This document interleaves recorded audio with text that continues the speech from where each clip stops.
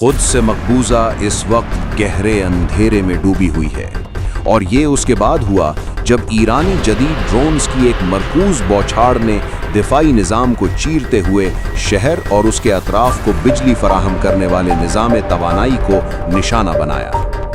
रायद, आखिरकार तारीख उस अंधेरे को नहीं भूलती जिसने गजा को महीनों तक घेरे रखा, और आज रात वही अंधेरा उस शहर के दरवाजे पर दस्तक दे रहा है जिसके बारे में कभी कहा गया था कि वो हिसाब से बाहर है। इब्तिदाई मालूमात के मुताबिक एक निहायत शदीद धमाका एक मरकजी ऑपरेशनल तवानाई तंसीब को निशाना बनाकर किया गया। इस हमले ने सिर्फ रोशनियां ही नहीं बुझाईं बल्कि पूरे निज़ाम को दरहम बरहम कर दिया। जी हाँ, मकबूजा यरूशलेम में तवानाई के निज़ाम को एक ईरानी हमले के जरिए निशाना बनाया गया, जो जदीद हमलावर ड्रोन्स के जरिए आज शाम जुमेरात 19 मार्च 2026 को इस खुली मुहाजराई के 20वें दिन अंजाम दिया गया।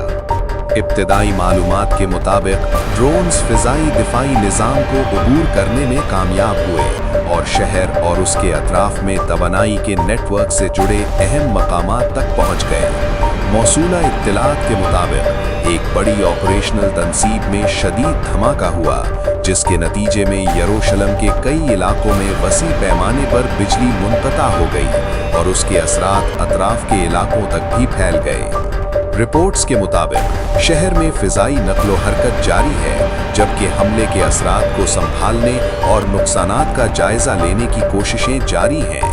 इब्तिदाई अंदाजों के मुताबिक हमला तवानाई के निज़ाम के निहायत हसास मकामात पर किया गया, जिसका बराह रास्त असर सर्विस के इस्तेहकाम पर पड़ा, और यही वजह है कि कई इलाकों में फौरी तौर पर अफरा तफरी देखी गई, क्योंकि हमला किसी एक मकाम पर नहीं बल्कि पूरे निज़ाम के एक बुनियादी फंक्शन को निशाना बनाकर किया गया। और सूरत हाल की संगीनी इस बात से मजीद बढ़ जाती है कि रिपोर्ट्स के मुताबिक हमले जारी हैं। ड्रोन्स और मुमकिना तौर पर मुआविन मिसाइल अब भी यरूशलेम और दीगर मकबूजा इलाकों के आसमान में देखे जा रहे हैं। इसका मतलब है कि ये एक वाहिद हमला नहीं बल्कि मुसलसल हमलों का एक तरीक़ेकार है, जिसका मकसद दिफाई निज़ाम को थकाना और बुनियादी ढांचे पर दबाव बरकरार रखना है। यकीनन आज की रात अपनी नौइयत में मुख्तलिफ है, सिर्फ शिद्दत के लिहाज से नहीं बल्कि इन हमलों के असरात के एतबार से भी। हम इस खुली महाजराई के 20वें दिन की शाम में हैं, जहां ऐसा लगता है कि कार्रवाइयों का रुख बराह रास्त फौजी अहदाफ से हटकर उन मराकिज़ की तरफ जा रहा है जो शहरों के इस्तेहकाम को फौरी तौर पर मुतासर करते हैं। रायद, जो कुछ हुआ उसे हमलों की तादाद से नहीं बल्कि इससे नापा जाना चाहिए कि उसने तहफ़्फ़ुज़ के एहसास को किस हद तक बदल दिया है। इसलिए जो हम देख रहे हैं शायद एक आर्जी वाक़या नहीं बल्कि एक नए मरहले का आगाज़ है, जिसमें तसादुम के क़वाइद दोबारा लिखे जा रहे हैं, और आने वाले घंटे इस तब्दीली की नौइयत को वाज़ेह करेंगे। नाज़रीन, एक फ़ौरी ख़बर। यरूशलेम के अंदर से मैदान की इत्तलाआत के मुताबिक एक आला सतही सिक्योरिटी काफ़िले को निशाना बनाया गया है, जो शेख जर्राह के इलाके से क़यादत के हेडक्वार्टर की तरफ जा रहा था।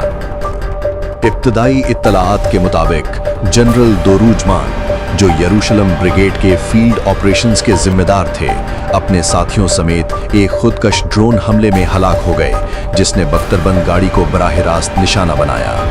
रायद, अगर ये इत्तलाआत दुरुस्त हैं तो हम एक निहायत नाजुक लम्हे में सिक्योरिटी ढांचे के सर को काटने की बात कर रहे हैं। इस दर्जे की शख्सियत को दारुल हुकूमत के क़ल्ब में निशाना बनाना इस बात की निशानदही करता है कि ड्रोन हमले महज तवानाई के निज़ाम पर नहीं बल्कि एक मुनज़्ज़म और मरबूत कत्ल की हिकमत अमली का हिस्सा थे। वाकई, और अब इब्रानी रिपोर्ट्स इस वाक़े को एक गैर मामूली और संगीन सिक्योरिटी वाक़या करार दे रही हैं। अभी तक हदफ बनने वाली शख्सियत की शनाख्त पर मुकम्मल पर्दा रखा गया है, लेकिन ऐनी शाहिदीन ने बताया कि एक बख्तरबंद टोयोटा गाड़ी में आग भड़क उठी जो सिक्योरिटी सर्विस की थी। फौज ने इलाके को मुकम्मल तौर पर घेर लिया है और दाखिली रास्ते बंद कर दिए गए हैं, जबकि अंधेरे में तैनात फोर्सेस के दरमियान खौफ और अफरा तफरी फैल गई है। इसी दौरान अमरीकी नेटवर्क फोक्स न्यूज़ इस वाक़े को यरूशलेम के अंदर एक गैर मामूली सिक्योरिटी पेशरफ्त करार दे रहा है और अपनी रिपोर्ट में कह रहा है कि एक सर्जिकल स्ट्राइक ने शहर की फील्ड क़यादत को निशाना बनाया है। मुतज़ाद मालूमात अब जनरल दौरान तर्जुमान यरूशलम ब्रिगेड के कमांडर का नाम भी सामने ला रही हैं, जबकि इमदादी टीमें एक महफूज इलाके में बख्तरबंद गाड़ी के मलबे तक पहुंचने की कोशिश कर रही हैं।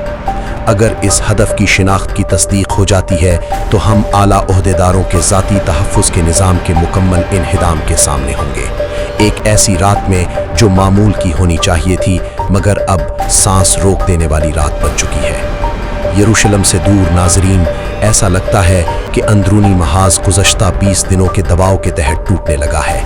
फील्ड रिपोर्ट्स के मुताबिक पनाहगाहों में ज़िंदगी हज़ारों आबादकारों के लिए एक मुसलसल डरावना ख्वाब बन चुकी है, जबकि तल अबीब और हैफा जैसे बड़े शहरों से देही इलाकों की तरफ उल्टा नकले मकानी बढ़ रही है। दिलचस्प बात यह है कि कुछ लोग फ़लस्तीनी अरब इलाकों में पनाह लेने पर मजबूर हो गए हैं। ऐसे इलाकों में जिन्हें वो जानते हैं कि वो मिसाइल हमलों की फहरिस्त से बाहर है। ये मंजर सब कुछ बयान कर देता है।